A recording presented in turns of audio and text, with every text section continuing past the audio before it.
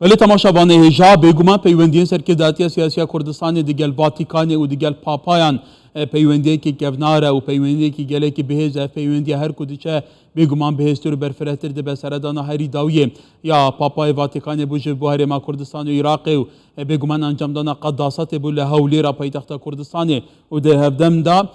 سرنجایی بود سر او گیان به هفراجیان یاد نبرا پیکاتین و پاراسنا مسیحیان لهرما كردستان كل روش على طنابين تشتكي وصادق منه رئيس ريزان حما صالح آغا نونار حكومة هرما كردستان لإيطاليا ديالما ريزان خان إيفار باش ايدي باشداري كرنا نونار حكومة هرما كردستان كو بخوجي كسيك خريستيانا لريو رسمين بشارتنا بابا بندكت 16 و بيوندين باباي بري وغركري ديال هرما كردستان چاد بيني گلو سلااو لە ئێوەس تەوان پەیوەندیەکانی ئێمە لەگەڵ ڤاتیکان پەیوەندێکی بەرفراوانە و ئەگەڕێتەوە بۆ چەندەها ساڵ لەمەوە پێش بەڵام بە فەرمی کە وەکو کورد چوبینە بە شاندێک بە سەرۆکاتی جەنابی سەرۆک بارزانی چوبینە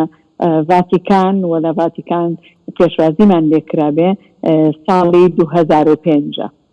لە ساڵی 2005ەوە علاقەتی ئێمە لەگەڵ ئەوانە زیاتر لە بواری دیپلۆماسیەت و لە بواری بابلێن دیپلۆماسیەتی دینی زۆر پەرەی پێدراوە و زۆر بەرفراوان بووە. ئەم حەدەثەی ئەمڕۆ کە ڕوویدا ئێمە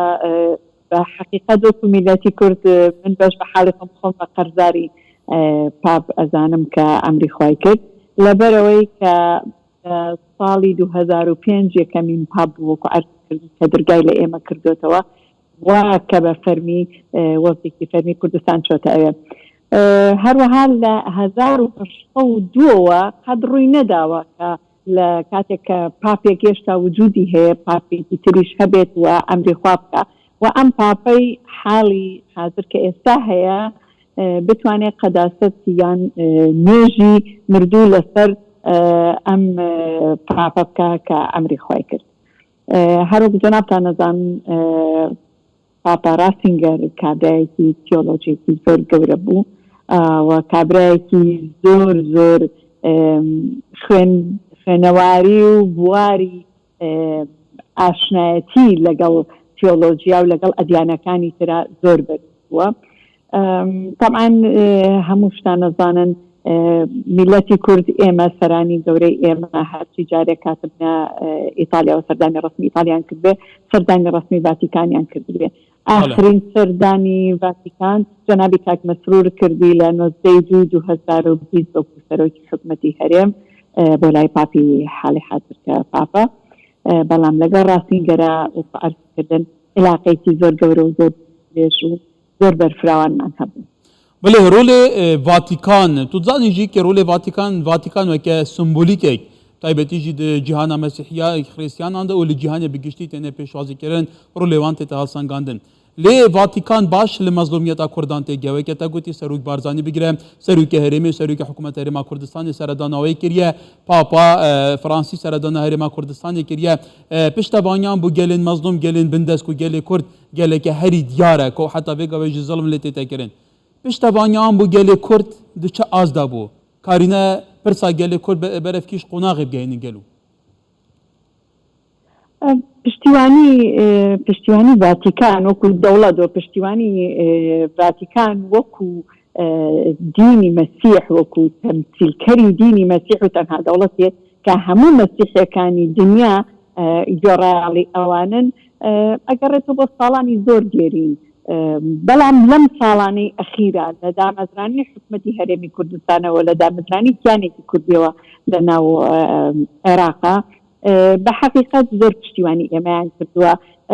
لە کاتێکا کە ئێمە ڕیفەرەندۆمان کرد و هەموو دەوڵەتانی دنیا دەرگای بەڕووی ئێمەیە داخست و هەموو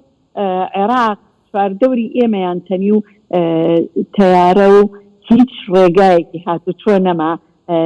لەگەڵ کوردستانە پاپ جەنابی کاک نێچیروانی بینی بۆ چای پێکەوت بە ڕەسمی لە کاتێکا کە زۆر وڵاتان هەبوون داوایان کردبوو کە ئەو چاوپێکەوتنە نەکرێت بەڵام قەداسەتی پاپ ئەو کاتە گوێی نەدایە ئەوانە و ویستی خۆی لە نزیکەوە گوێ لە ئێمە بگرێ هەر لەبەرەوە مەبەستە بوو کە بە جەنابیانی وتی وعدتان پێدەم کە لەگەڵ هەموو وڵاتانی دنیای قساکەم سەبارەت بەوەی کە ئێوە چێن و چۆن بتوانن هاوکاریتان بکەن جاوەکە عەرزم کردن ڤاتیکان خودی خۆی ئەو دەوڵەتەیە کە هەموو دەوڵەتە مەسیحیەکانی دنیا گوێی لێگرن لەبەرەوە کە کاتێک ڤاتیکانت لە پشتە وەکوای هەموو دەوڵەتانی دنیات لە پشت بێ ئێمەش ئەم چەند ساڵانەی ئەخیر هەر لە کاتی بۆمبارانی کیمیاییەوە هەر لە کاتی شەڕەکانیەوە و سەدەم وە شەڕی داعش بزات زۆر زۆری ئێمە لە ڤاتیکان نزیک کردوانێت ولی برس رزان حمد صالح آغا نونر حکومت ریما کردستان ایتالیا گله کی سپاس باره که خوش